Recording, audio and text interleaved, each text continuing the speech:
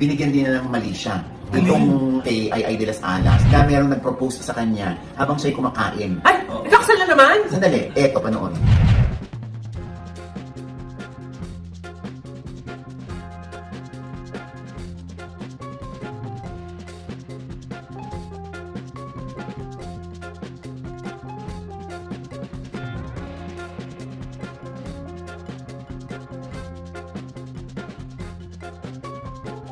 Ayan. Ayun. Akala ng ibang tao, kaya pumato na, Diyos ko, ikaw na lang, hindi ka na nadala. Oo, Yung mga comment, hindi ka na nadala. Ganyan, Nabash ganyan. na siya? Nabash na siya.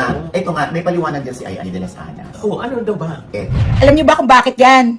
Nangyari yung mga proposal na yan. Ganito yan. Kasi di ba nag-dinner kami with Miss Cha of Maddox na napakalaki ng sing-sing. Ngayon, yung katabi naming table, nag-propose si Kuya doon kay ate, foreigner. So, ang laki-laki ng tarpaulin, hindi ba?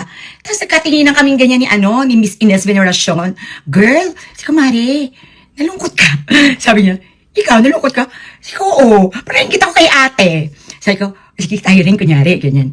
O tapos ako, Diyos ko, tinawag ko si Kuya, Kuya, halika, dali, kunyari magpo-post ka sa akin. Tapos tawa sila na tawa, nakakatawa nga kayo eh. Ang dami niyo na mapapait na salita na sinasabi sa akin. Walang yan, di ko nga alam pangalan ni Kuya eh. Sa comment ko lang nakita na Alvin palang pangalan niya. So yun na nga, kaya yung propose na yan. Una, kasi nga, yung kapitbahay namin sa table, ang nag-propose si Kuya. Pangalawa, gusto ko man lang makaranas ng ganong kalaking diamond sa kamay ko. Ilang bang karat yun? Siguro mga nasa 7 ba yun? Nakakaloka. So yun, ayoko na talaga. At saka, please lang huwag nyo na akong husgahan Last nyo na yan.